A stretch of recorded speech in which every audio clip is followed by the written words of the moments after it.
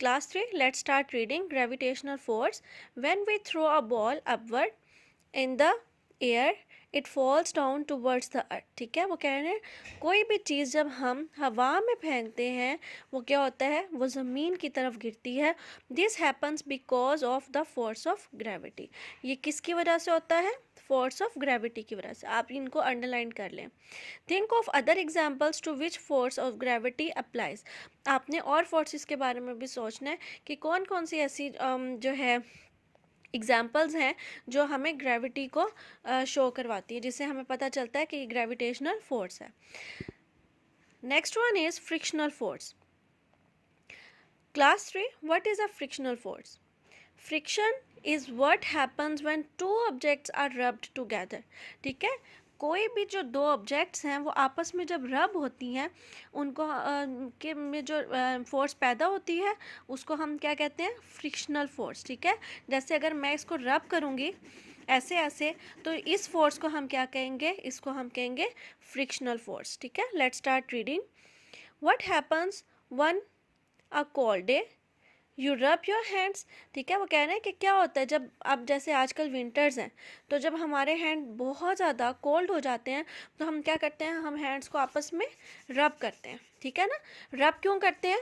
We want to heat. ठीक है, तो जो रब करने से हमारे हैंड में क्या होता है? हीट प्रोड्यूस होती है. उसको हम क्या कहते हैं? Your rub your hands together and you feel warm. ठीक है, आप अपने हैंड्स को जब रब करते हैं and you feel warm. The heat produced by rubbing the hand is because of force of friction. ठीक है, जो वो हीट है वो कैसे प्रोड्यूस होती है? हमारी फ्रिक्शन फोर्स से. जब हम अपने हैंड को दूसरे हैंड से ऐसे रब करते हैं तो ये रब करने पे जो हमारी फोर्स लग रही है इसको हम फ्रिक्शनल फोर्स कहते हैं. और इस फोर्स की वजह से हमारे हैंड जो है वो हीटअप हो जाते हैं, वार्म हो जाते हैं. समझ आ गई?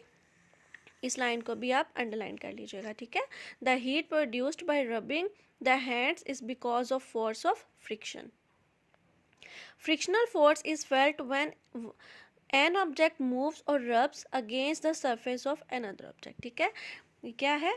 जब दो ऑब्जेक्ट्स हैं और एक ऑब्जेक्ट जो है वो स्टिल है और दूसरी जो चीज़ है वो मूव कर रही है तो उस नतीजे में जो फोर्स प्रोड्यूस होती है उसको हम कहते हैं फ्रिक्शनल फोर्स. ठीक है, friction is a force that holds back the movement of one object.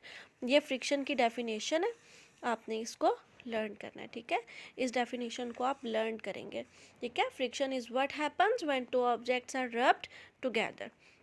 When a car needs to stop at a red signal it slows down because of friction between the car brakes and the wheel. ठीक है, वो क्या कह रहे हैं? जब एक car को ज़रूरत होती है स्टॉप होने की रेड सिग्नल पर it slows down because of friction between the car brakes and wheel. ठीक है, यानी ब्रेक जो है अगर